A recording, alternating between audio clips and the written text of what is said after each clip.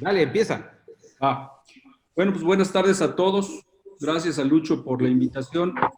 Pablito, Larco, lo que voy a decir es una opinión personal, de tal manera que no agredo a nadie que le encante el femtosegundo, solamente hablo de lo que científicamente existe y está comprobado, de tal manera que quisiera que así lo vieran. Solamente les voy a traer información que ya está escrita, que no inventó Eduardo y que realmente nos debemos saber todos para que cada quien se tome o se forme un sano concepto de lo que estamos haciendo hoy en oftalmología. Es así como una cosa que a mí me gusta decir es esto, y es la realidad es que ya sé que cualquiera de ustedes va a decir, ay, Eduardo, eres todo un genio. En otras palabras, me estás diciendo el método científico. Pues sí, esa es la realidad. Toda experiencia no documentada puede ser de gran valor, pero se llama anécdota. Una experiencia documentada y que puede ser replicada muchas veces, cualquiera que lo haga en cualquier parte del mundo le sale lo mismo. Entonces formamos una norma de criterio. Y esos son los metaanálisis. La experiencia documentada serían los artículos y los papers publicados. Cuando estas normas de criterio pasan la prueba del tiempo, se llaman estudios clásicos y a la fecha muchos estudios son definitivamente clásicos. Un día, hablando de esto, y quisiera que se relajara todo el mundo, yo así estoy relajado, esa es una plática entre amigos. Eso. Estando en Querétaro, Noé Rivero en Argentina me hizo favor de tomar esta fotografía, la cual editó y la convirtió en que le estaba dando yo un martillazo al centro. Entonces empecemos a reírnos y empecemos a estar a gusto con esto. Déjenme darles mi declaración financiera, ríanse más. No existe ningún interés económico en esta presentación. Bueno, déjenme ver, a lo mejor sí. Quiero en este momento agradecer la amistad y darles un aplauso a dos personas que quiero mucho, no porque los cuatro no los quiera, sino porque están ahí Virgilio y nuestro gran amigo Lucho, que están y ya salieron adelante afortunadamente, enfrentando. Un aplauso para ellos. Sí. Y regresando al tema y bromeando un poco, estamos convenciendo ya a Virgilio que diga lo que tiene que decir y lo estamos sobornando. A partir de este momento, les traigo a ustedes lo que es metaanálisis, no artículos aislados, metaanálisis que alguien ya se tomó la molestia de revisar, no unos cuantos, de revisar cientos y en algunos casos miles de artículos que hablan de lo mismo. Ustedes saben que los metaanálisis deben tener cierto sistema para que un artículo sea considerado, para que sea parte de ese estudio de metaanálisis. Entonces ya alguien nos hizo el favor de filtrar toda esa información y en lugar de tener que leer 3.500 artículos, vamos a hacerlo en este momento y vamos a hacerlo con los artículos que pasaron la prueba de metaanálisis. Entonces, todos los metaanálisis que les voy a presentar, que son como 6 o 7, tienen el mismo objetivo. Comparar femtosegundo contra FACO manual. El tema es que no voy a ir perdiendo el tiempo cada vez que digo el objetivo y el objetivo voy a repetir exactamente lo mismo. Vamos a empezar con este de 2018. Objetivo, comparar femtosegundo manual contra femtosegundo, FACO manual contra femtosegundo con la máquina.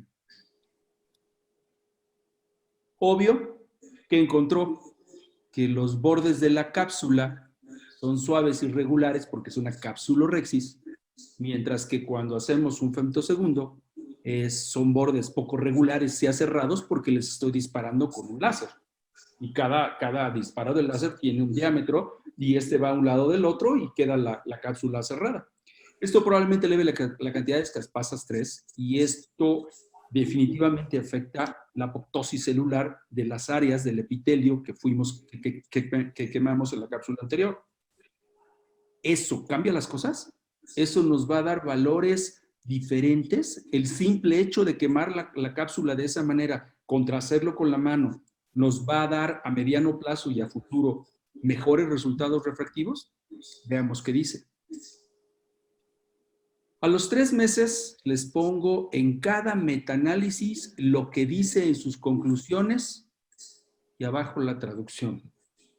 Sencillo. A los 3 meses no hay ninguna diferencia estadísticamente significativa en relación con la agudeza visual mejor corregida entre ambos grupos. Este que yo creo que es el más grande y que ha sido objeto de que todos ustedes, me imagino, ya lo han visto y le han dado una ojeada.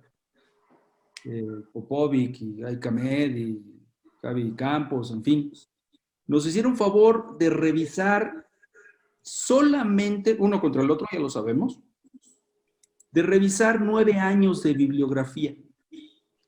Cumplieron con todos los requisitos de criterios de inclusión para pasar el filtro y quedarnos con los mejores de los que cumplían con los criterios de inclusión y exclusión.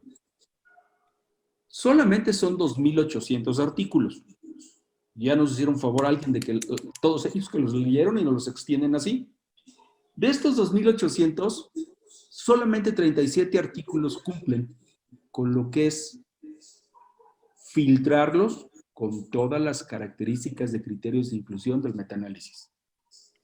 De esta manera tenemos un universo de 4,500 ojos, 7,000 se hacen con la mano y 7,000 se hacen con femtosegundo.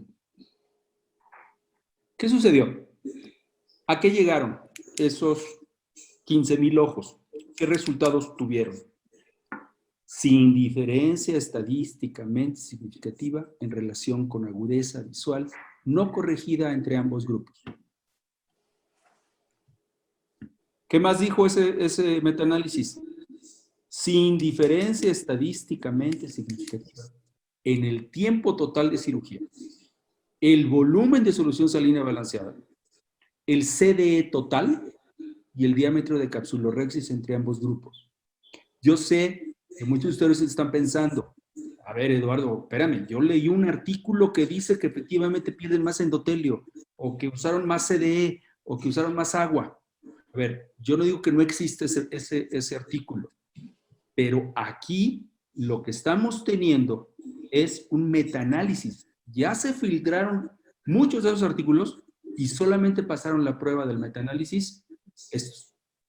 De tal manera que esos son los resultados finales, no los que dice Eduardo, no los que defiende Eduardo, lo que está escrito en la literatura mundial. Y esto ya no es un artículo, sino un metaanálisis. ¿Qué más dijo? Sin diferencia estadísticamente significativa en relación con el contenido endotelial postquirúrgico, grosor corneal y las complicaciones son exactamente iguales. Es decir, si pensábamos que el hecho que la máquina nos iba a hacer las incisiones y la capsulorhexis iba a empezar a hacer la prefractura, de cualquier manera se complican exactamente igual, porque de una manera o de otra necesito meter la punta del faco al interior del ojo. En resultados finales, la incidencia de complicaciones fue exactamente la misma. Pasamos a otro metaanálisis. Otra vez, solo estamos hablando de puros metaanálisis, no estamos hablando de artículos aislados. Solo metaanálisis. Objetivo ya sabemos cuál es, uno contra el otro. 297 artículos, los cuales se incluyeron para este metaanálisis 9 ensayos entre 2011 y 2014. Ahí está donde se hicieron y el seguimiento y en fin.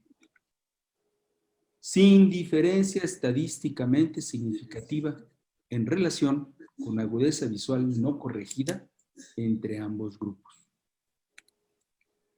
¿Qué dice Cochrane?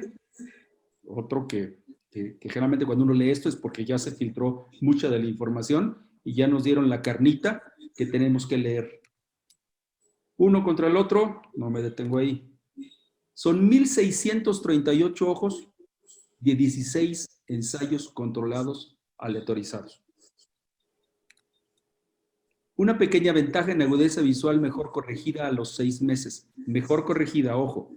Sin embargo, clínicamente insignificante. Siguiente metaanálisis, que conste que este viene sin coronavirus porque es del 2017. Los coronavirus que hay ahorita bien los chinos, este lo hicieron los chinos antes de que nos cayera encima el coronavirus. Uno contra el otro.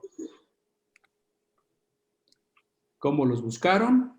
¿Qué estamos buscando? Grosor corneal central, conteo de endotelio y agudeza visual es mejor corregida junto con sus resultados refractivos. Otra vez lo mismo, sin diferencia en agudeza visual no corregida entre un grupo y el otro. Cuando menos en estos metaanálisis que yo les estoy trayendo a revisión con ustedes, no fue superior el femtosegundo en la disminución de pérdida endotelial. Es decir, de cualquier manera, aunque me prehagan ciertas cosas en el interior del ojo, el endotelio que se pierde es exactamente el mismo entre un grupo y el otro. Las complicaciones más frecuentes fueron edema macular y elevación de la presión intraocular, pero fueron idénticas entre un grupo y el otro. Este es un artículo de revisión, uno contra el otro.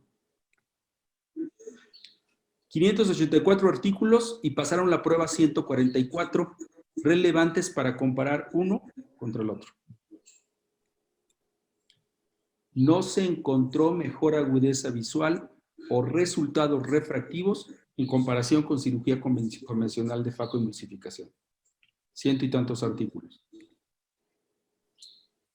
Hasta aquí hemos hablado solo de la evidencia que existe en la literatura. ¿Cuál creo yo que es el talón de Aquiles? El costo-beneficio. ¿Sí? Si hasta hoy lo que estoy leyendo me dice que les va más o menos igual, el talón de Aquiles, la motivación para que yo decida una compra es el costo-beneficio de la máquina.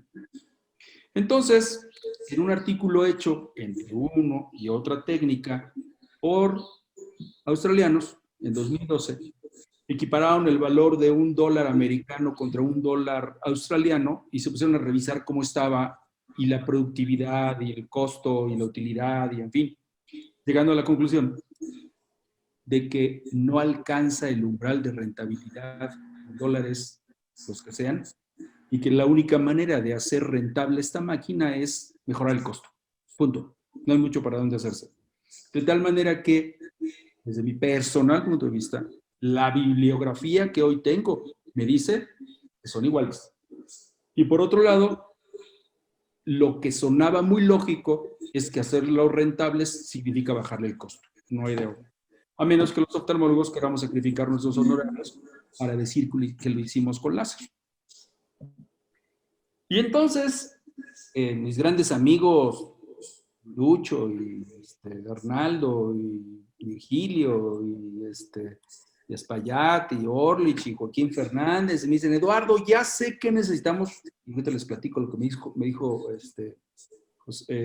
Fernández en España, me dice en un foro, me dice, ya sé, lo que necesitamos para convencerte, Eduardo, y que conste que no me tiene que convencer, yo solamente estoy hablando de la bibliografía, es demostrar con metaanálisis posteriores a los que tú nos enseñaste, es decir, de 2018 a la fecha, paréntesis, no hay un solo metaanálisis de 2018 a la fecha, de que sí es mejor el femtosegundo y ya no vamos a hablar de lentes monofocales, vamos a hablar de los lentes premium. De tal manera que en cuanto veamos con un metaanálisis que son mejores los resultados a mediano y largo plazo con un femtosegundo que con tu mano, en ese momento te vas a convencer y probablemente me convenzan, ¿eh? Entonces me di a la tarea de revisar con mis residentes que me ayudaron en la plática qué pasa de 2018 a la fecha. Obvio, no hay metaanálisis, pero ya hay artículos publicados con lentes premium. De tal manera que del lado izquierdo tenemos un lente tórico de X marca, es un artículo aislado de toricidad y este es nada más de toricidad. Los de adelante son también de multifocalidad. Les va exactamente igual cuando se hace convencional contra FACO. El del lado derecho es otro artículo que nos dice que entre un tip y el otro, en las dos técnicas, les va muy bien y que sí vale la pena pensar que pueda significar el tipo de punta que se está usando para los resultados finales. Otro artículo, al lado izquierdo, 2019, con Prelex, en el que comparamos un multifocal y además tórico, y en el que no hay diferencia estadística.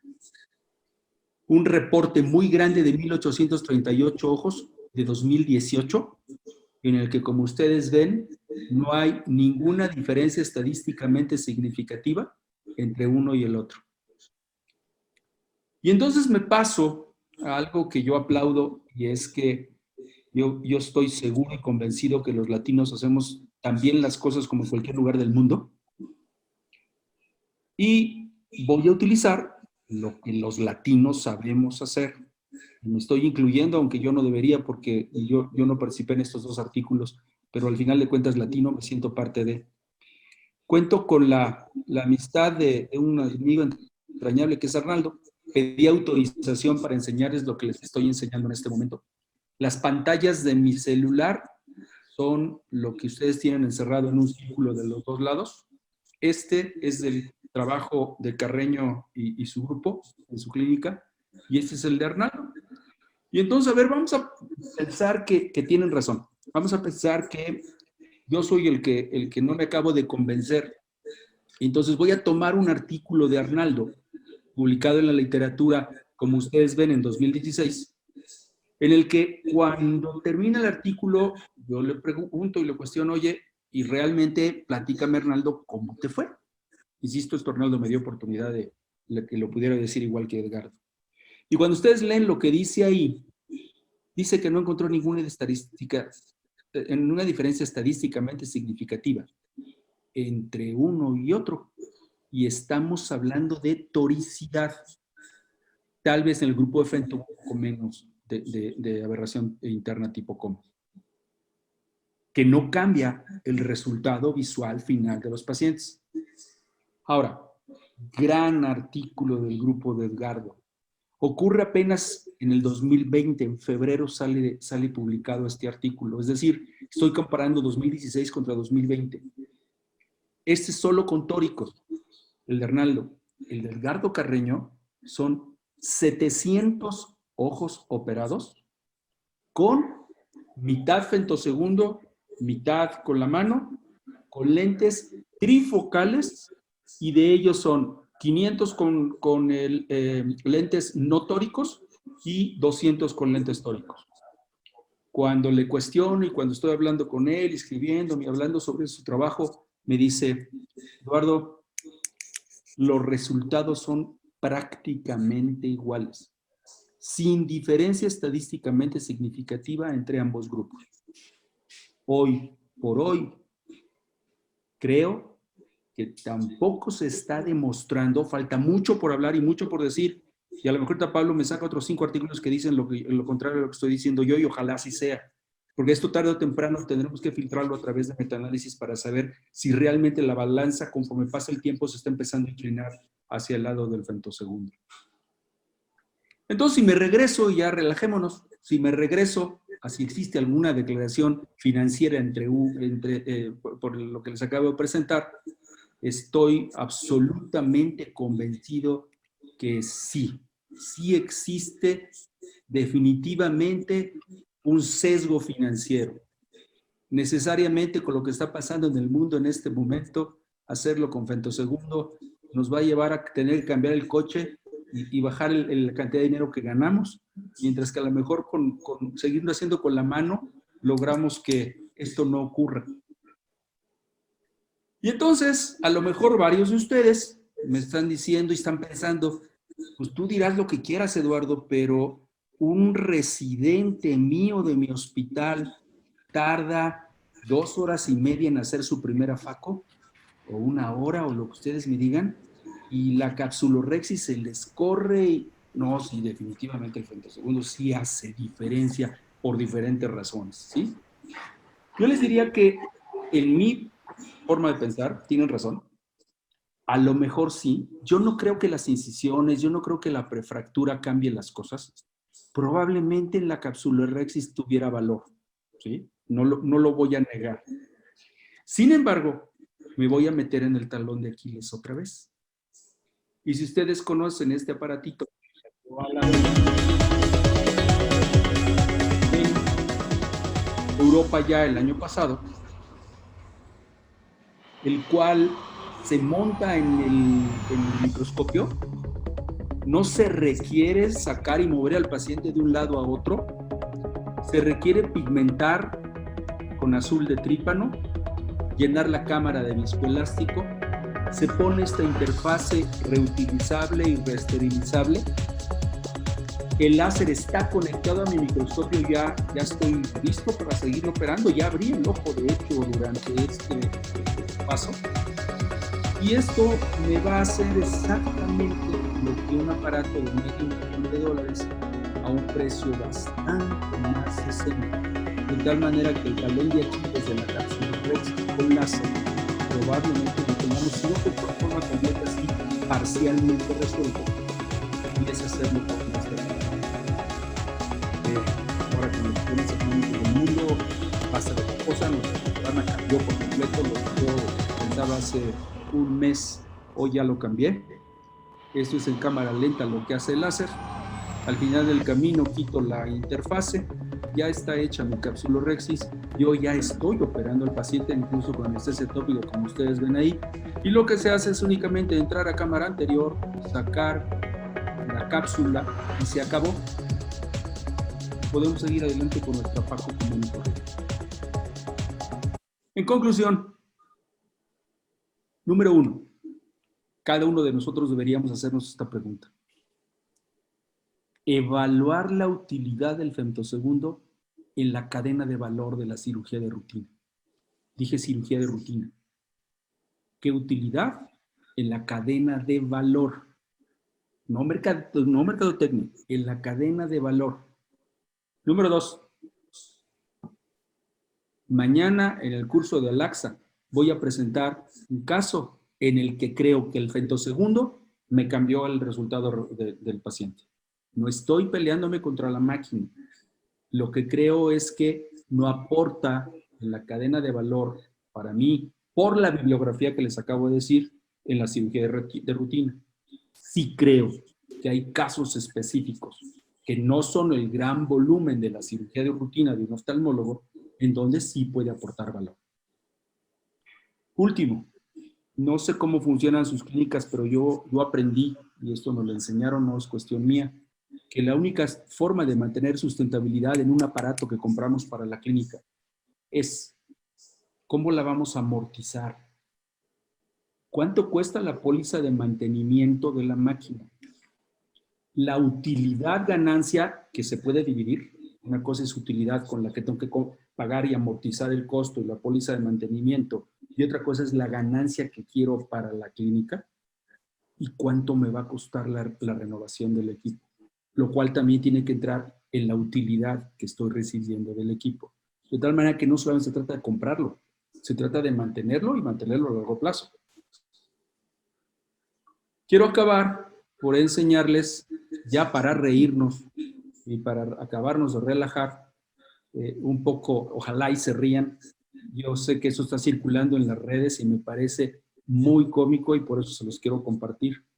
Esto lo hice ayer. Este es el caso que voy a presentar mañana.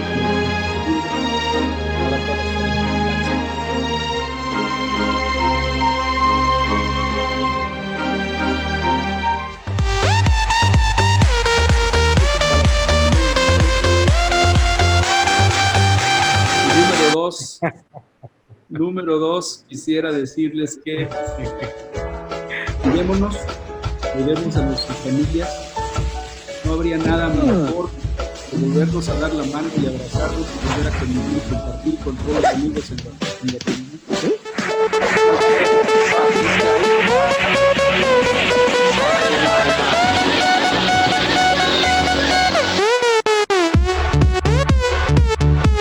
Ojalá les haya gustado.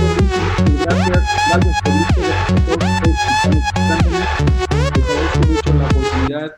para poder compartir con ustedes. Gracias. Gracias, Eduardo. Gracias, muchas gracias. Bueno, me voy a salir aquí, para dejar que Pablo entre. Listo. Pablo, ven montando ahí, ¿ya? Y vamos comenzando con algunas preguntas, ¿sí?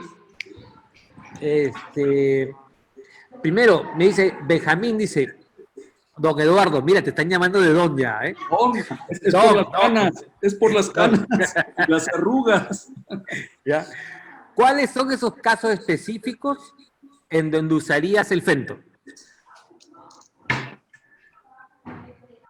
A ver, cristalinos donde tienen la célula muy débil, miopes altos, cataratas subluxadas. Mañana les voy a convencer de que tiene alguna utilidad en casos de veras en donde sí me cambió a mí las cosas. Mañana les voy a presentar un caso de una lente hidrofílica que en todos los países tuvimos, que pusieron se pusieron blancos los lentes. Intentamos sacar uno que otro en el hospital y nos traíamos la bolsa junto con el lente y la arrancábamos, ¿sí? Mientras que haciendo con el femtosegundo una capsulorhexis más grande, cambió por completo las cosas, ¿sí? Se pudieron explantar, se complicaron mucho menos. Creo que sí existe, y sí existe la utilidad. También por ahí Claudito Orlich les va a enseñar mañana sus resultados con miopes altos en rexis muy bien hechas con el femtosegundo. Sí creo que hay algunos en los que sí valdría la pena tenerlo. Insisto, el tema es el talón de Aquiles de la técnica es el costo. Excelente. Otra. Vamos pensando ahí. Se me fue mi... Aquí está mi... Ok, mi chat. Ya está. Bueno, muchas felicidades. Te mando mucha gente. Oye, ex novia por aquí, no sé, te mando un beso, pero no quiero decirlo en público. Uy, ya lo dije. Qué bueno que no está mi mujer. Si no, Sí, qué bueno. ya no solamente no va a tener canas, voy a estar totalmente pelón. Oye, mira, Cristóbal dice, y en este caso, bueno, pienso que se refiere a eso, que me parece interesante lo que dice, es, tú enseñaste al final lo de capsule laser, ¿no? ¿Sí? Porque te preocupa realmente que el paso más importante, pienso, uno de los más importantes en la catarata viene a ser justamente la capsulorhexis. ¿Estamos? No es que me preocupe. Pero quizás, tú, o sea, tuvieras un láser para comprar, para hacer que sea por lo menos la capsulorhexis se te salga perfecta. Vamos a verla de esa manera, ¿sí? Ok. Ya. Entonces dice, ¿y por qué no utiliza la radiofrecuencia? Si fuera el caso de un problema de capsulotomía. Es otra alternativa. Nosotros la tuvimos en México, la dejamos de utilizar. Ok. Como acuérdense que lo que está haciendo es radiofrecuencia, no es una rexis, ¿sí? La rexis deja un borde fino, como está perfectamente demostrado. Con el femtosegundo, perdón, con la radiofrecuencia, queda un borde festoneado. De tal manera que también se puede encontrar con el problema de que la tensión de la rexis sea diferente en relación a la radiofrecuencia. Ahora, de que no estoy peleado, ¿eh? De que tendríamos que demostrar ahora en bibliografía que no hay la posición efectiva del lente, de que la agudeza visual, de que la sensibilidad de contraste, de que, en fin, es exactamente igual metiéndome con radiofrecuencia que con la mano, probablemente sea hiperválido hacerlo. ¿Por qué no? No estoy peleado con el tema. Tú estás en un centro docente. ¿Sí? ¿Ya? Ves a esos pacientes que entran y salen y tú bien dijiste justamente de esa parte en los residentes. ¿Ya? Nuestra parte de enseñanza tienen que tener su curva de aprendizaje y todo lo demás, pero ya como paciente, ¿sí? ¿Tú lo crees que sería mejor que esa capsulorhexia sea realizada por el fento en vez de una mano inexperiente? No, pues una mano sin ¿Para ese experiencia. paciente? Bueno, ¿Para ese paciente? probablemente sí. Para ese paciente, para mí, si alguien me va a operar sin experiencia, pues digo, la respuesta es obvia. Hazlo con una maquinita que me brinque el paso. Ahora, ¿cuántos femtosegundos hay en mi país? ¿cuántos femtosegundos a 25 o 30 pesos van a poder ser comprados en mi país? Yo creo, mira que, ojo, tengo femtosegundos en mi hospital, ¿eh? Sí, por eso te pregunto. Y mis residentes se tienen que empezar a meter a hacerlo, pero por supuesto que sí. El problema es que eleva el costo y no aporta una diferencia ya en gente preparada en cirugía de catarata. Por eso yo me siento con la idea de que aprendan a hacerlo, ¿sí? Que sepan de qué se trata, pero ellos deben aprender a hacer una facu manual bien hecha cuando acaban la residencia. Lalo, Sí. de los... Bueno, aquí Carlos Arce también lo comenta algo. Dice, no todos los fentos son iguales. En No. general, ¿cuál has probado o cuál utilizas en catarata, específicamente catarata? A ver, el fento del Z8 lo tenemos en mi clínica privada. ¿Ya? El Lensex lo tuvimos un tiempo en el Conde y ahora tenemos el de Bausch, el Victus. Victus.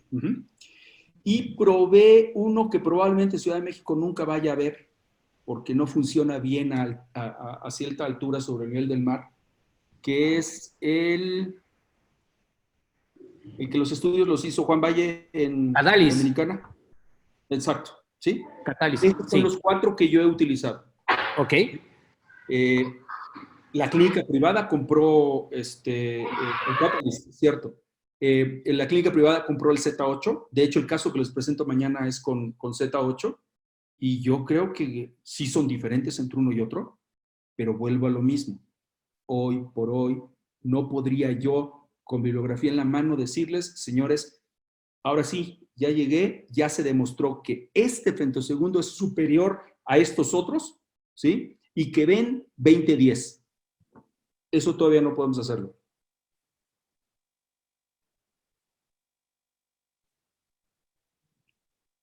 ¿Me quedé sin audio? No, sí se oye. Ah, ok. No sé si pasamos Ya, con Pablo. sí. Ya, mira, vamos a pasar con Pablo ahorita. ¿Ya? Ok. Último comentario dice, a ver, ¿dónde está? Ah, ya. La doctor Araujo, ¿sí? Sí. A mí si me operan, así sea el mismo Ike Ahmed, que me coloquen fento. Está bien, ¿no? Pues es perfectamente válido. Decía yo que no estoy diciendo dogmas de fe, ni mucho menos. Esto únicamente es el reporte de lo que dice la bibliografía. ¿Cierto? Cierto, estamos de Las acuerdo. personas que se complican igual, ven igual, aún y cuando se trate de un trifocal. ¿Sí? Ese es mi punto. Sí. Estamos. Entonces, yo creo que vamos a hablar, pasar de una vez con Pablo y mantenemos la discusión abierta, ¿sí? De hecho. Bueno, yo quiero presentarles al doctor Pablo Larco, él es de Ecuador. Pablo tiene una experiencia bastante alta en realidad con todo lo que es fento y en esta clase lo que nos va a hablar justamente es de fento en catarata y en casos complejos. Agradecido, Pablo, muchas gracias realmente por la aceptación de esta invitación y escuchándote.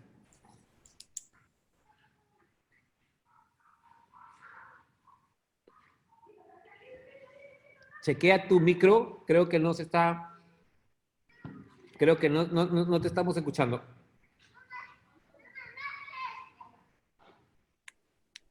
Listo, Pablo, ya tienes audio. ¿No? ¿Ahí me escuchan? Sí, sí.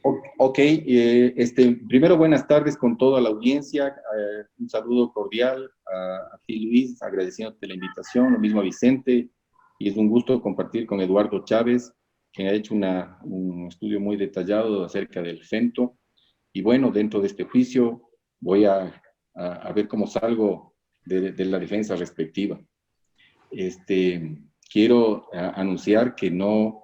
declarar que no tengo ningún conflicto de intereses, no soy consultor de Alcon, no he recibido remuneraciones u otros beneficios, tengo el equipo, sé los límites, he visto ciertas ventajas y debo manifestar además que la parte económica no tendría absolutamente nada que defenderla. Tienen absolutamente la razón en lo que Eduardo Chávez manifestó. Es un equipo que nació con un precio demasiado alto y que debería ser revisado. Sin duda, la evolución de la cirugía de la catarata cambió mucho con esa revolución de Kellman, en donde dio un vuelco a todo lo que hasta la fecha se venía haciendo. Y también generó controversias. Sin embargo, terminó desplazando la extracapsular y fue adoptada por la mayoría de los cirujanos.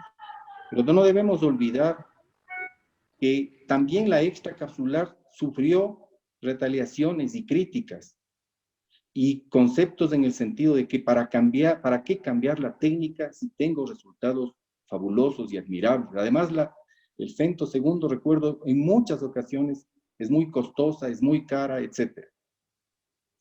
La nueva tecnología introduce nuevas complicaciones, en las cuales el cirujano tiene que identificar y manejar las complicaciones relacionadas, específicamente con los TAC.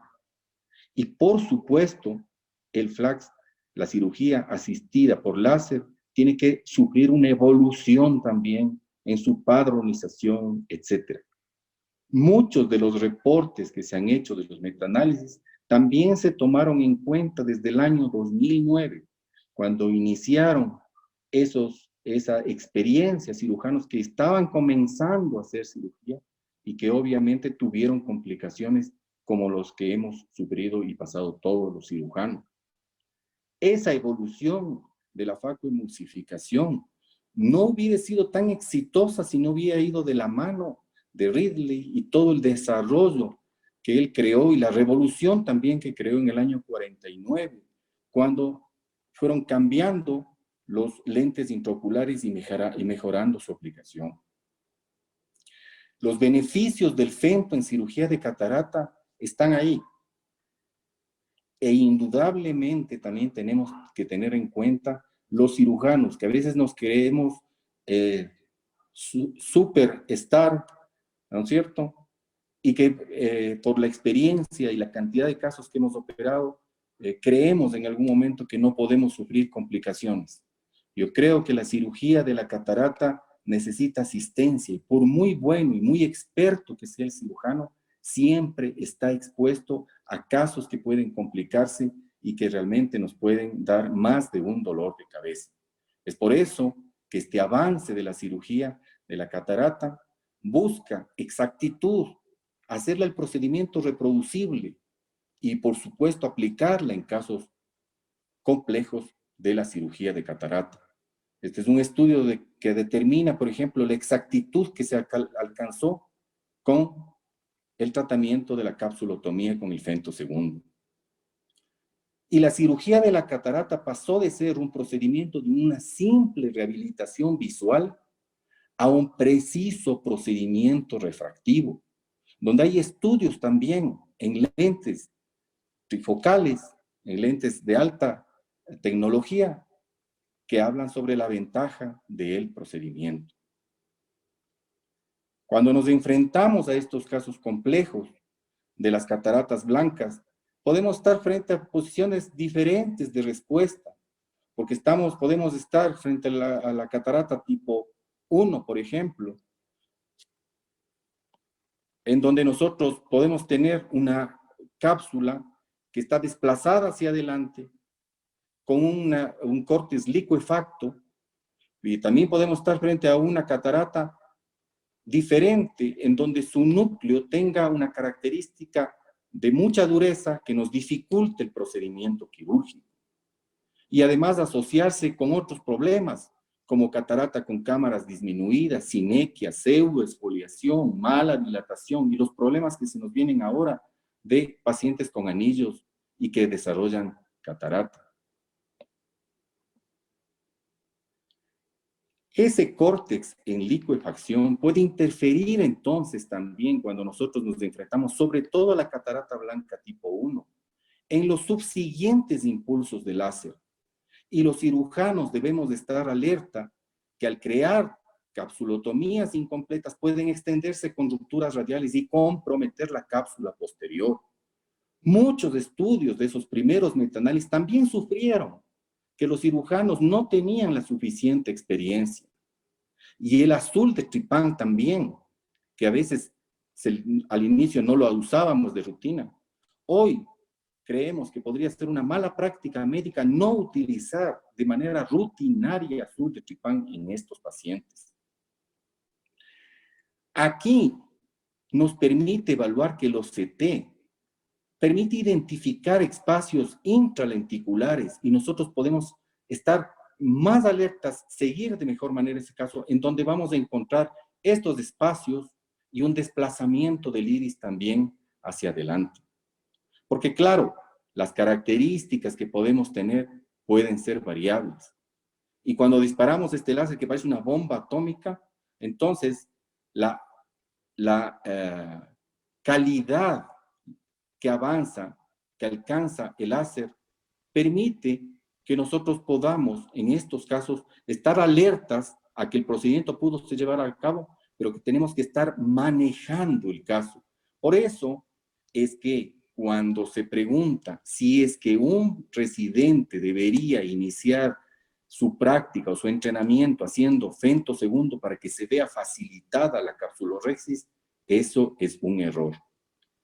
Mi punto de vista es que el residente tiene que manejar perfectamente la capsulorhexis y que como una parte posterior a ese entrenamiento hará o iniciará el procedimiento con femtosegundo.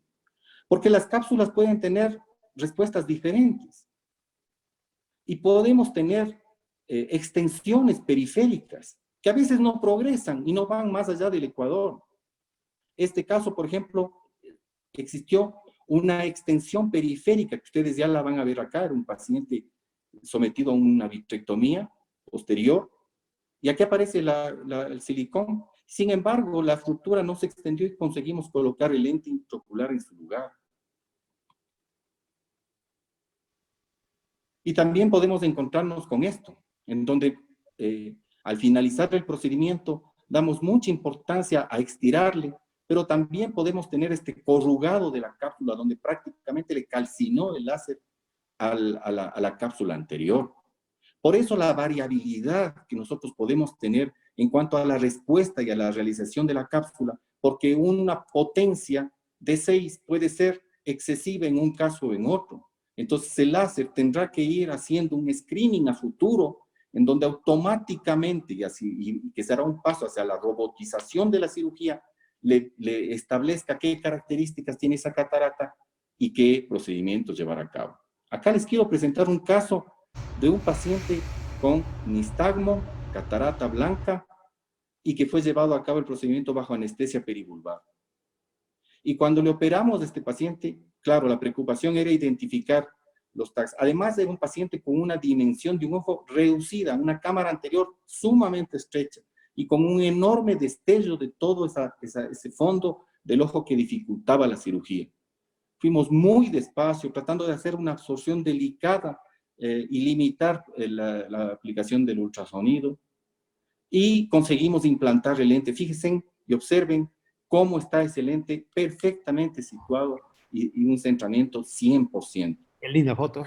Es una fotografía realmente muy bonita que realmente es los casos únicos que he podido acompañar.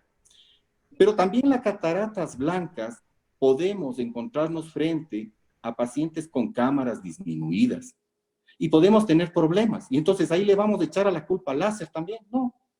Simplemente si ustedes toman en cuenta aquí, va a aparecer de aquí a poco, se hizo una ruptura. Entonces es una catarata blanca en donde se rompió la cápsula posterior. ¿Es culpa del láser? Simplemente no.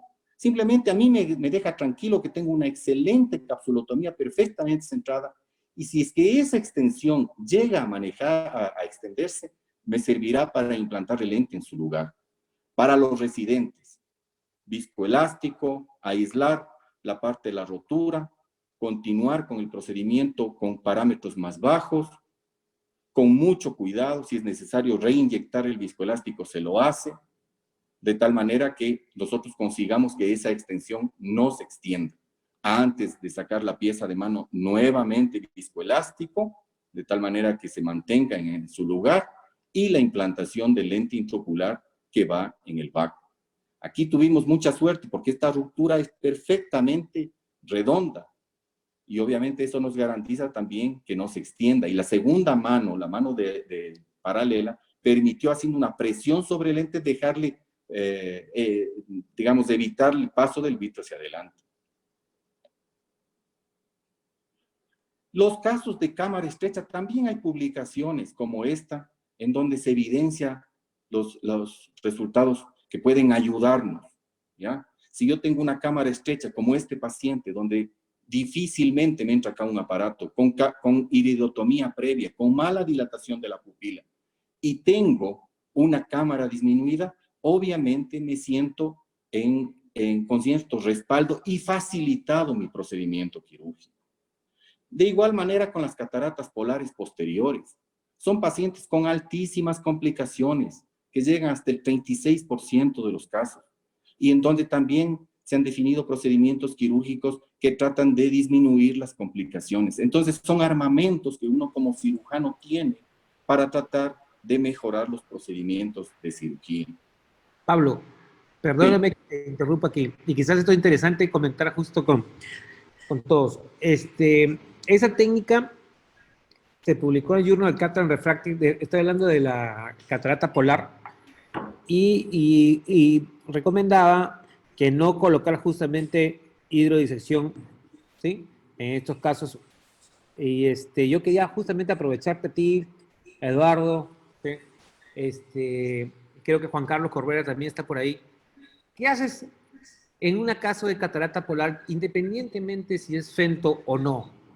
Porque es interesante, porque muchas veces, mucha de la gente que nos está escuchando se va a enfrentar a una catarata polar y sabemos que tiene cosas especiales. ¿Qué haces tú, en este caso Lalo, luego Pablo y finalmente está Juan Carlos por aquí o alguien más?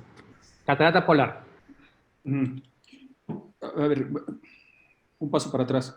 Sí creo que cámaras muy estrechas, hacer una capsulorhexis con láser, evidentemente no tengo nada que decir, punto. ¿Sí?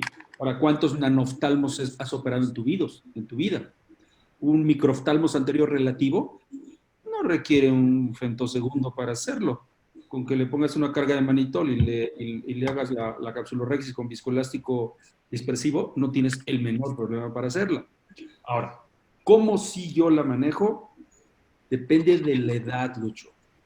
Si es un paciente joven, puedes hacer, sin necesidad de hidrodisección, puedes hacer un poco de hidrodelaminación, que la usábamos el antiguo, y que probablemente la gente joven no tiene la menor idea cuando le mencionan que es el anillo dorado del acceso, ¿sí? La hidrodelaminación que usábamos en ese entonces, en gente joven, se puede hacer muy suavemente y nada más aspiras el centro del cristalino y se acabó. En la gente de cierta edad, entonces sí las cosas se ponen diferentes.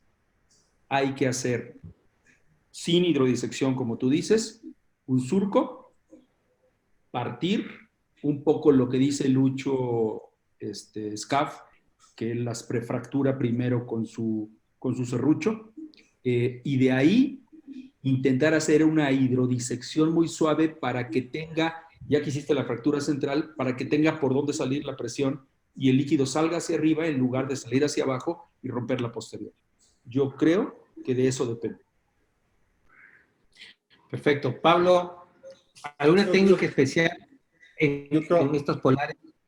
Sí, yo creo que es importante en estas cirugías hacer toda la programación del caso, ¿no? Es decir, son cirugías que uno tiene que estar muy alerta, saber que puede romperse la cápsula, entrar con todo listo. Se debe evitar la hidrodisección. Ahí, si ustedes vieron el video, me valí mucho de hacer una viscoexpresión, de tal manera de subirle un poco al núcleo, porque yo quería dejar no ir en profundidad, sino más bien hacerle flotar al núcleo hacia arriba, porque eso ayuda bastante también. Porque son cápsulas debilitadas. Y una cosa interesantísima que me ha pasado, antes de sacar la pieza de mano, hay que colocar viscoelástico, porque la cápsula posterior de estos pacientes es más fina y puede fácilmente romperse. A veces he tenido casos que yo he sacado la pieza de mano y se rompe, sin hacer ninguna maniobra. Es cierto. Sí, bueno. Por favor, alguien que quiera comentar puede levantar la mano, que es la manera más fácil de poder vernos, ¿ya? y vamos discutiendo el caso, porque esto justamente lo que está mostrando Pablo presta para hacer bastantes discusiones, ¿sí? A ver, Benjamín menciona, dice que en todas las polares hago hidrodelaminación hasta formar el anillo de oro, el Golden Ring. ¿Qué opinan? Y Carlos Blanco dice, no hidrodisección en esos casos. Está bueno. ¿Qué opinan? No, hidrodisección no. Hidrodelaminación sí. Y sobre todo en Ok. cristalinos blandos. Ya, perfecto. Antonio, creo que Antonio Méndez está por aquí también. Si puedes, ábrete el micrófono. Y ahí Vicente, a ver si nos puedes meter el micrófono. Y Juan Carlos Corbera también. De lo que Juan Carlos está abierto. Juan Ya, Carlos, ¿cómo ahí estás? está. Escuchamos. Listo, entonces vamos con Antonio y con Juan Carlos. Hola a todos. Yo creo que es muy importante desde el preoperatorio, ¿no? Tratar de determinar realmente cuáles son las características de esa catarata polar posterior. ¿Realmente está infiltrando, está tocando esa cápsula posterior o nada más está ligeramente por enfrente? O inclusive esa forma como de aleta de pescado que va hacia la parte de atrás, pues posiblemente esa es una catarata polar que nos va a dar problemas, de donde tenemos la cápsula posterior ya francamente comprometida, ¿no? Entonces, la valoración, digo, no nada más el OCT, sino obviamente una buena revisión en la lámpara de hendidura, pues eso nos va a ayudar a determinar las características y esto nos podrá ayudar a cambiar nuestra técnica quirúrgica. A mí me ha tocado hacerlas con femto, me ha tocado hacerlas manuales y bueno, obviamente uno de los factores aquí importantes es qué tan seguro se siente uno como médico el estar apoyado, porque al final de cuentas el equipo de femto es un instrumental, es un equipo que nos ayuda a nosotros como cirujanos a hacer un poco mejor las cosas o no. Lo que nos va a dar, y digo, lo que decía Lalo hace un momento, la agudeza visual, pues la agudeza visual nos la va a dar la salud de la retina y nos la va a dar el lente que le pongamos y el cálculo que nosotros hagamos y todo esto. Pero si yo hago una capsulotomía con una punta, con una aguja, o uso una utrata, o uso un láser, o uso el otro láser, bueno, ese instrumento que estoy utilizando es lo que a mí me hace o me da los mejores resultados, o con lo que yo me siento mucho más cómodo, ¿no? Entonces, yo me iría básicamente por ahí. Sí, la hidrodelaminación es muy importante, pero de 8 de cada 10 se nos van a romper la cápsula con mucha facilidad. Entonces, en esos casos yo incido bastante en tener el share time con mi paciente, conversar con él, explicarle que es una cirugía que va a requerir un poco más de expertise y que tenemos altas chances de que se pueda demorar, que sea una cirugía que requiera un procedimiento adicional. El paciente ya va conociendo el detalle de su procedimiento antes de entrar en sala de operaciones, ¿no? Y nosotros incidimos bastante en no banalizar la cirugía. Es una cirugía muy rápida, de 8 minutos, y sales y ya va a estar viendo. No, es muy importante también informarle al paciente que la condición de su ojo nos va a obligar a nosotros a tener ciertos cuidados especiales y que es muy probable que tengamos procedimientos adicionales a realizar, ¿no? Una vitrectomía anterior, una vitrectomía posterior, el auxilio del amigo retinólogo, si por ahí cayeron muchos restos al vitrio. Es una parte que me parece que es muy importante que los residentes conozcan y los médicos jóvenes conozcan también, porque en las mejores manos estas cataratas siempre traen cola. Totalmente de acuerdo. Pablo, yo creo que seguimos y vamos siguiendo con las preguntas al final. Ok. Bueno, entonces ahora vamos a hablar sobre el capítulo de las zonulopatías que tienen diferentes orígenes y que también les he traído algunos casos que me han parecido interesantes. Bueno, este es un paciente que yo le había estado haciendo una cirugía con femto y que todo estaba muy bien. Quiero que presten atención a esta situación que se presenta acá, que me llamó mucho la atención y que cuando estaba ya haciendo la aspiración de los restos corticales, se desdobló toda la cápsula.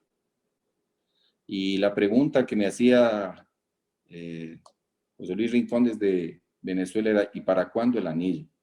Y la verdad es que demoré en colocarlo, porque una vez que se restableció la cámara anterior y paré la absorción, esa situación de la zónula se fue para atrás. Y terminamos colocando el anillo sin problema, y posteriormente el lente intraocular también. Entonces, era un paciente, este caso, por ejemplo, es un paciente que no tenía ningún antecedente, más que su edad, de pronto es un factor de riesgo también, pero que el procedimiento quirúrgico felizmente fue bien, sin inconvenientes. Acá es un caso que tuvimos también un paciente de una cirugía cuando comenzó a aparecer una sombra aquí a este nivel, y miren la efectividad del láser que terminó haciendo un corte perfecto en un paciente con un coloboma cristalino.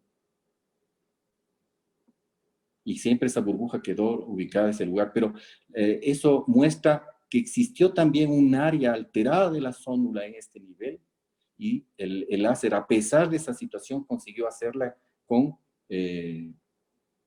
mucha seguridad y exactitud.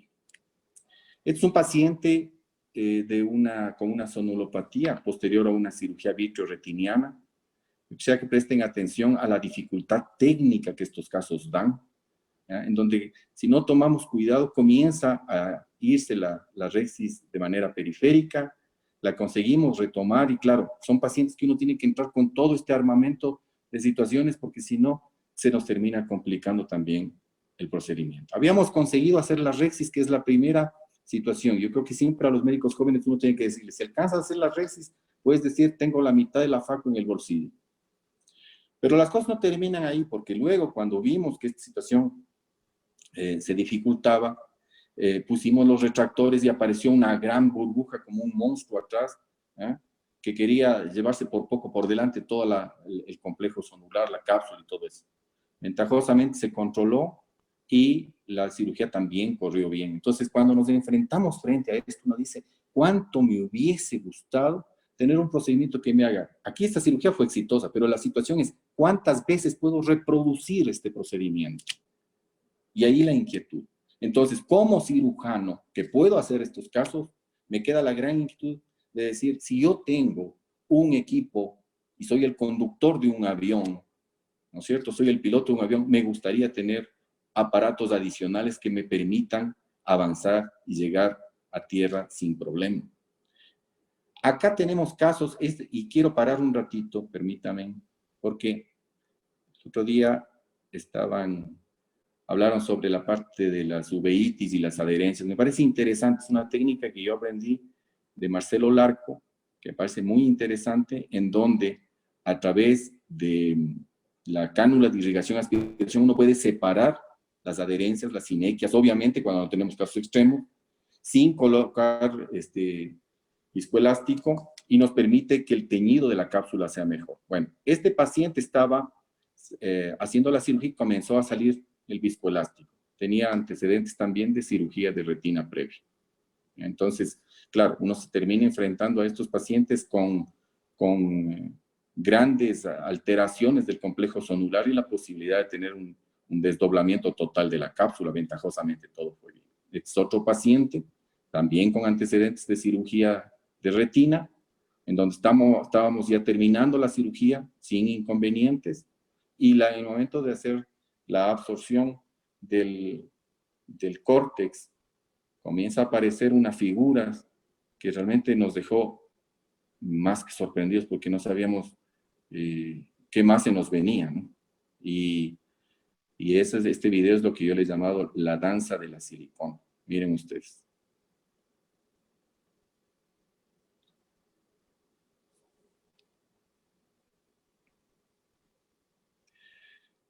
También tenemos los pacientes con antecedentes de trauma. Este es un paciente que tiene 65 años de edad con antecedente de una pedrada en el ojo y la presencia de un hongo vítreo localizado en la cámara anterior. También vale la pena sobre los residentes tener en cuenta esta situación de precaución, que uno tiene que terminar aislando el vitrio, haciendo una vitrectomía antes de hacer cualquier cosa, porque vean la dificultad, a pesar que el video no salió muy centrado, pero vean la dificultad técnica que uno tiene en estas situaciones. ¿Cuánto extrañaría tener un equipo de femto en esos casos? Podía haberlo hecho poniendo un malugín, rellenando la cápsula y poniendo un punto, lo hemos hecho. Pero en este caso no optamos por eso y manejamos esta situación haciendo una capsulorhexis convencional.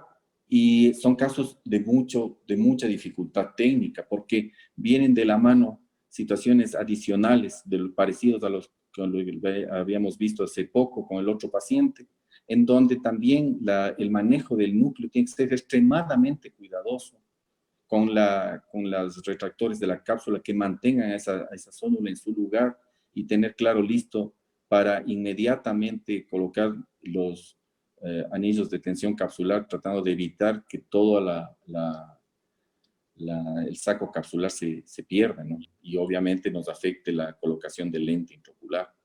Entonces, esas son las situaciones del día a día que nosotros tenemos.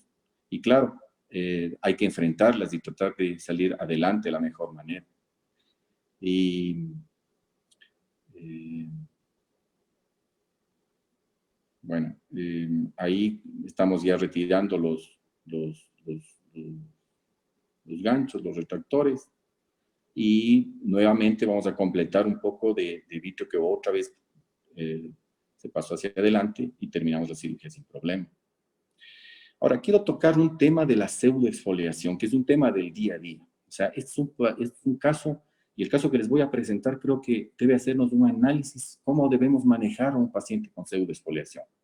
Al comenzar esta pseudoexfoliación, conforme el paciente avanza en edad, cada vez es más frecuente. Entonces, si yo tengo un paciente de 70, 80 años, en esos pacientes ya hasta un 30% de pacientes ya van a tener pseudoexfoliación. Y tenemos esto en los postoperatorios, contracciones de la cápsula, desplazamientos, subluxaciones de lente y la dificultad obviamente técnica intraoperatoria que nos presenta. Y esta pseudoexfoliación, con una incidencia de ruptura de la cápsula que supera el 10%, o sea, tiene 4 aristas graves donde están compaginándose la miosis, la sonulopatía, la fluctuación de la cámara y la edad. Es decir, tiene todo para que la situación se nos complique. Y estas son los problemas pre, intra y postoperatorios que nosotros vamos a tener. Con estas manifestaciones, uno comienza a hacer la cirugía y ya ve la dificultad técnica que se da. Entonces, en estos casos, por ejemplo, creo que es más que válido que uno utilice tecnología para que justamente sea una cirugía más reproducible. No es la discusión que también puedo hacer manualmente. Yo creo que los cirujanos tenemos que darnos un baño de humildad y saber que existen ciertos pasos que pueden ser optimizados, porque tarde o temprano la cirugía de la catarata será robotizada y automatizada. Y entonces esta miosis, esto es un caso, por ejemplo, de pseudoexfoliación, como les decía, compaginan todas las cosas, tenemos dificultad, son núcleos que no rotan, ¿ya? Pero miren la facilidad que me está dando el femtosegundo. Es un núcleo que está ya ablandado, que está partido, que a pesar de que no rota, yo puedo hacerle, levantarle y lujarle un poco para que me permita hacer un procedimiento con más seguridad. Con una capsulorhexis que es impecablemente hecha, ¿ya? Y que me permite, obviamente, que el lente intraocular sea colocado en el sitio más adecuado. Este es un caso clínico, que es un caso estrella también, en donde tenemos la contracción capsular por pseudoexfoliación. Y por eso, como estoy diciendo, a estos pacientes uno tiene que estar muy alerta incluso del postoperatorio, porque si yo tengo estos pacientes que van a tener problemas a futuro, entonces tengo que estar muy alerta del manejo. Son pacientes que yo debería marcarles más seguido el retorno y no darle a este paciente que yo lo opero, decirle, bueno, está con el alta y no volverle a ver. Este es un caso clínico de un paciente de 76 años de edad, masculino, que le habíamos operado 2 meses atrás y que fue una cirugía sin ninguna complicación, colocado un lente Bausch & Lomb en vista. 2 meses después el paciente acude con queja de baja de visión. Y se evidencia una enorme contracción capsular, fíjese en las fibras, la zónula totalmente desplazada. Y para agravar una situación más del paciente, ojo único. Este paciente no había manifestado presentaciones de elevaciones de la presión del ojo, en este ojo que le habíamos operado, pero su otro ojo, el ojo contralateral, había perdido la visión de ese ojo. Era un ojo único. Entonces, cuando planteamos la posibilidad al paciente, dijimos, bueno, hay la posibilidad de hacerlo con láser. Hicimos una evaluación a través del OCT del fento y miren cómo esté el lente desplazado con ese gran material, como que si en la cirugía se hubiese quedado todo el córtex dentro del ojo prácticamente. Entonces la planificación quirúrgica fue utilizándonos del borde de la contracción capsular, hicimos una nueva capsulotomía, dejando un espacio entre la cápsula y el lente. Y esto es lo que ustedes van a ver ahora el procedimiento. Hicimos también 2 incisiones, porque obviamente había tanto material que había que hacer la limpieza de ese material. Y este paciente que tiene 30 meses de seguimiento en ojo único, tiene estas características. Fíjese en el corte exacto que el femtosegundo ofrece. Entonces también habrán discusiones. Claro, con tijera de vanas le hago, ya láser también puedo dar. Exacto, no digo que no, a lo mejor sí. Pero si podemos y tenemos a la mano esta tecnología, yo creo que hay que echar mano de esta situación y establecer las ventajas. Estos son casos que están muy poco reportados en el mundo. Creo que existen una serie que no llega ni a 10 casos de pacientes que se ha hecho este procedimiento. No quisiera dejar de tocar el tema de la cirugía de catarata en la catarata hipermadura, y en donde uno tiene que hacerse una gran interrogativa. ¿Es la FACO la mejor opción de cirugía? ¿Cuánto aporta el láser en estos casos? Personalmente lo he hecho, he conseguido hacer parte del procedimiento bien, no he encontrado mucha ventaja, son pacientes que terminan sufriendo ese endotelio, y creo que es una excelente oportunidad para que los residentes aprendan a manejar bien una cápsula Rexis. Tienen que prácticamente manejarse al límite, porque el iris será la guía de donde tienen que llegar, lujar a ese núcleo hacia la cámara anterior y proceder con el procedimiento quirúrgico. Los residentes tienen que aprender catarata operando FACO, no operando extracapsular, yendo desde los últimos pasos hacia los primeros, de una situación retrógrada, de tal manera que consigan manejar esta técnica, pero que no se olviden tampoco de este procedimiento. Como conclusión, quiero decir que el femtosegundo en catarata constituye un avance en la cirugía, que busca hacer a este procedimiento reproducible, más seguro, que deberá perfeccionarse en el fraccionamiento del núcleo y en la personalización del tratamiento. Optimizar sus costos también, de manera, eso es indudable, en los equipos y en los insumos, para que esté disponible a todos los oftalmólogos. La cirugía de la catarata seguirá este camino, no me queda la menor duda.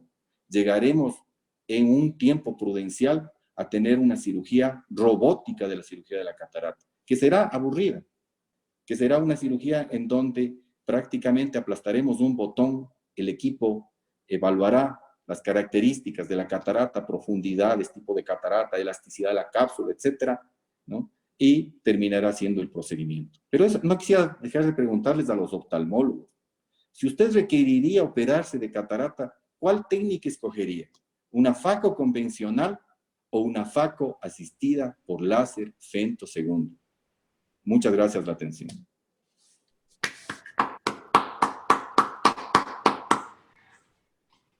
Gracias, Pablo. Entonces, estamos ahí. Juan Carlos, porfa, comienza.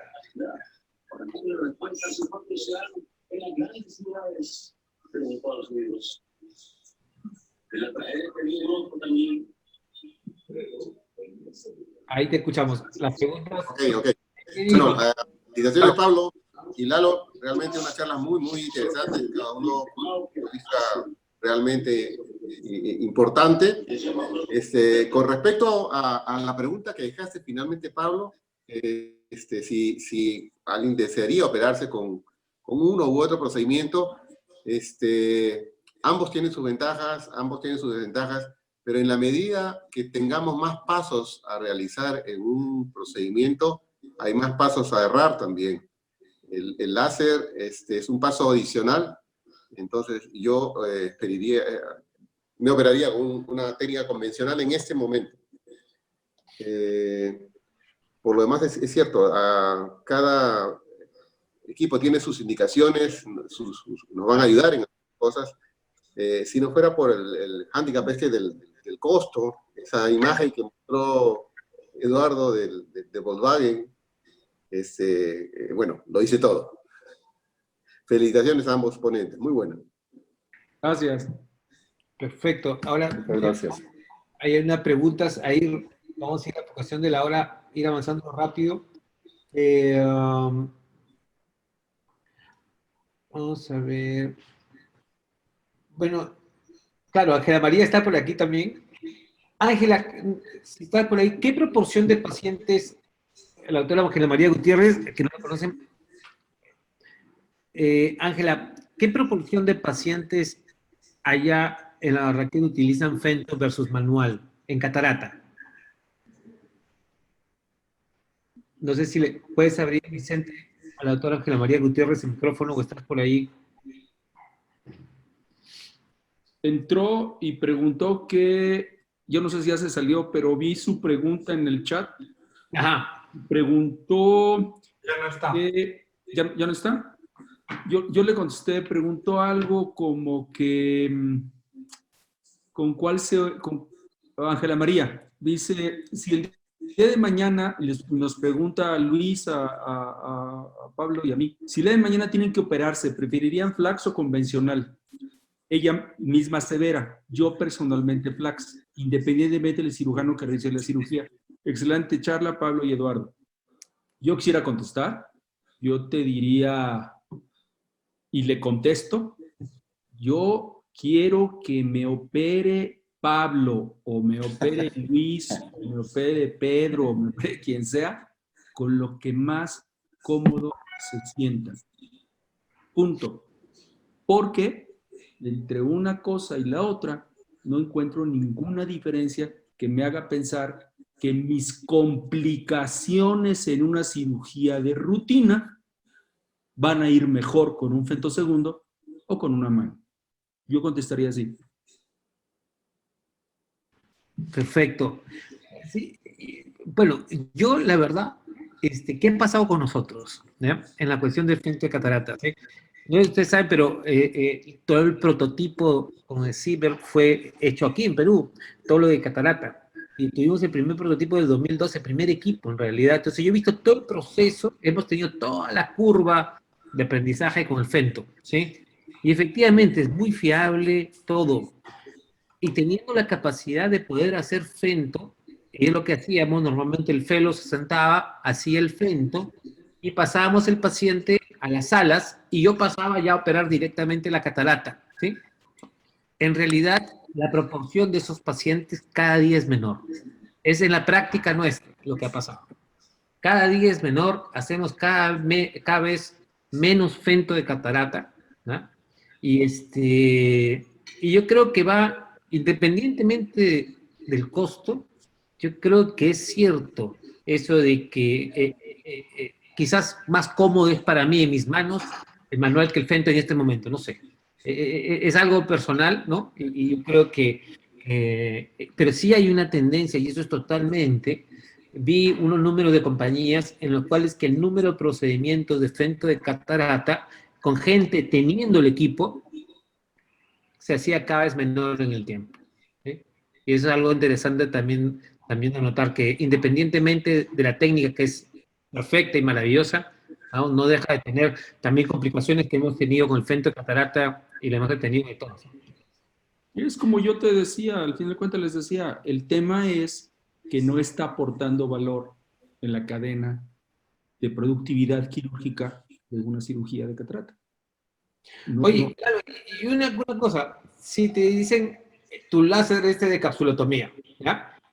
Ok, estás colocando un lente, explícame mejor, ¿por qué tienen que colocar ese lente? ¿Es para fijar el ojo o por cuestión de difracción del láser? Difracción y fijación. Perfecto. Si tú tienes la posibilidad tienes la oportunidad de tenerlo en todos tus microscopios. Vamos a ponerlo así. ¿Ya? No te cuesta más, lo tienes ahí. ¿Lo usarías en todos tus casos actualmente o también te va a pasar igual que el femto en el tiempo? A ver. Yo otra vez, como lo dije, si tú me dices que el gran valor de invertir $500,000 de hoy en plena crisis significa una Rexis perfecta, ¿sí? Una Rexis que, en fin, probablemente hay un grupo de oftalmólogos que digan, wow, ahí es donde a mí me atoro, no me siento seguro, a lo mejor vale la pena comprarlo. Pero hoy la misma tecnología está ofreciendo hacer de ese paso que por ahí Pablo dijo hace rato que una vez que la Rexis está hecha ya tienes la mitad de la cirugía hecha, ese paso te lo haga el láser, pero a un costo infinitamente menor. Si como cirujano sientes que la clave de tu foco es la capsulorhexis. Sin embargo, tú mismo ya contestaste y me diste la razón. Tú mismo has notado que paulatinamente está bajando la cantidad de cirugía de femtosegundo de catarata que estás haciendo en tu clínica. Yo quisiera anotar una acotación en cuanto a eso. Pasa también que cuando el equipo salió al mercado, también existió una conceptualización equivocada en el sentido de que los cirujanos adoptaron la creencia de que ya tengo esta catarata, a ver, pongamos el femto para hacerlo.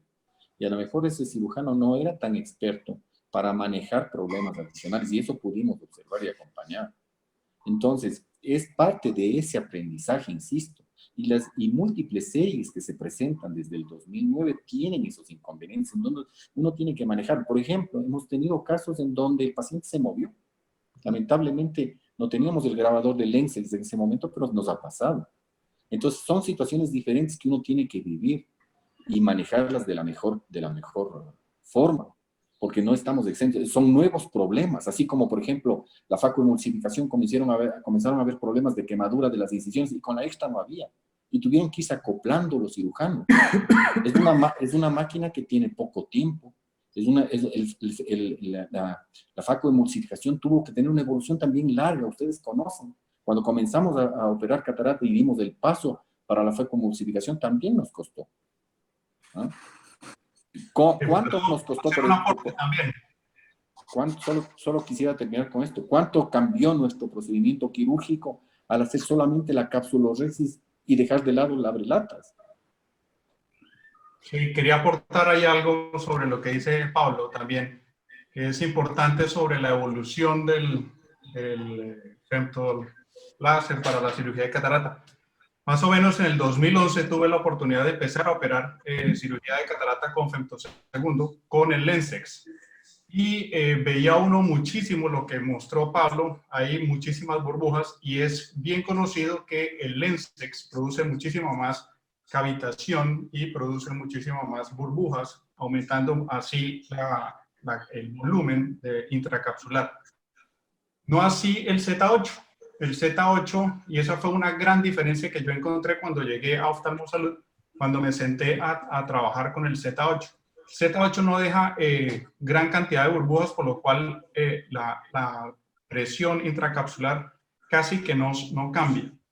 Cuando empecé con el Lensex, la curva de aprendizaje por esa cantidad de presión que había en intracapsular fue un poco más marcada. Al principio las capsulorhexis no quedaban perfectas, habían rupturas radiales sin haber ni siquiera haber entrado dentro del, haber hecho, digamos, la incisión principal.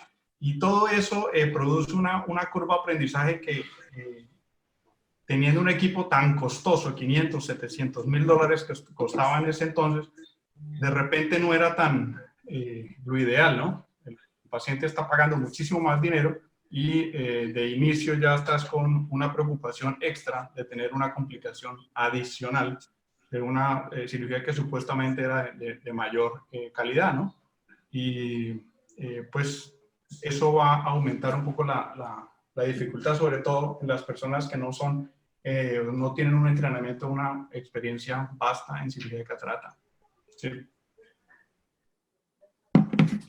Está bueno. Bueno, ¿saben qué? Porque si no es de la hora, si no, nos matan a todos en la casa. Hemos estado todo el día en diferentes webinars. Creo que estamos acompañados de aquí. A Lalo lo veo más por aquí que en los congresos. Es correcto, es correcto. Oye, de verdad, Pero lo primero, realmente importante, y lo repito para todos, es que cuidémonos porque queremos seguir conviviendo en persona. sí, Eso sí, es cierto. es totalmente cierto. Quiero agradecer al doctor Pablo Larco de Ecuador, al doctor Eduardo Chávez de México. Muchas gracias al doctor Juan Carlos Corbera, presidente de la Sociedad Peruana de Oftalmología, por las discusiones. Y bueno, y nos vemos mañana. Mañana está el doctor Robert Kaufer, de Argentina. Él tiene una clase muy interesante. Yo cuando hablé con él le dije, oye, bueno, tienes que dar esta que me parece excelente. Él me mandó este tema, me pareció excelente, que es implantes secundarios de lentes. Eso va a ser a las 5:30 de la tarde, igual como siempre, hora Perú, y muy agradecidos a todos. Salud y aplausos para los speakers, por supuesto. como siempre. Gracias a todos. Gracias, Pablo. Gracias, Juan Carlos, Lucho, José.